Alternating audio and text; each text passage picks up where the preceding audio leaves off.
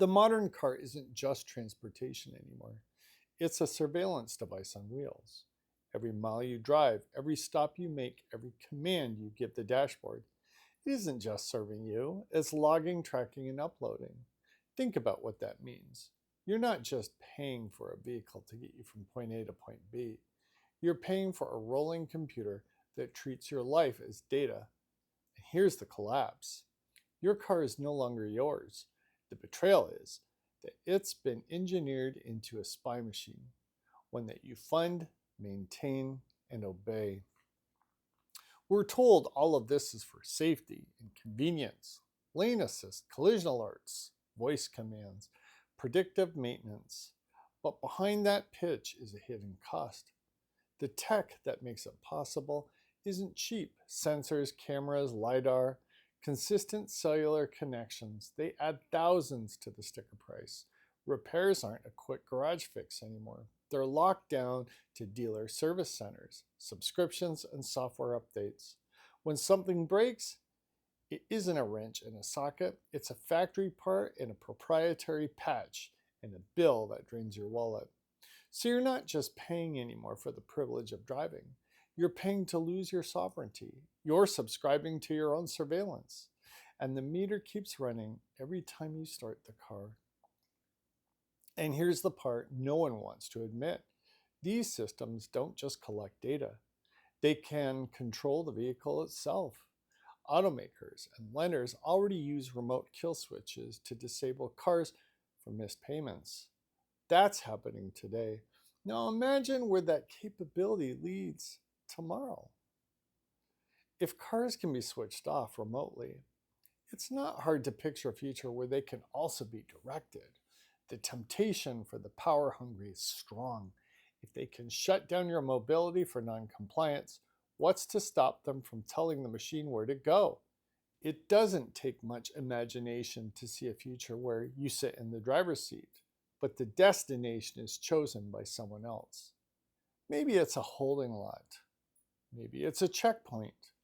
Maybe it's a detention facility. That's not science fiction. That's the logical risk when vehicles collapse into networks controlled by policy, not people. The tools already exist. The temptation to misuse them is always there. The data harvested along the way only makes it worse. Your location history, your braking patterns, even your voice commands are sold to insurers, advertisers, and governments. Drive late at night, brake too hard, speed too often, your premiums go up. It's not about keeping you safe, it's about turning every move into leverage against you. And almost every new car sold today is connected. 96% in the US alone. Automakers openly admit they share data with their partners. Translation, your life behind the wheel is now an asset to be mined.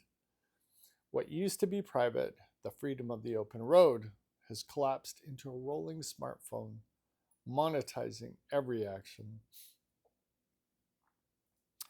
And look at where policy is pushing us. Electronic vehicles and connected infrastructure are being mandated worldwide. Charging stations, smart grids, over-the-air updates. The more the system pushes you into a networked cars, the less independence you have. That isn't environmental responsibility, it's consolidation. The freedom of mobility is being redesigned into a managed service. Your sovereignty to drive where you want, when you want, is collapsing into conditional access. It's not progress, it's dependency.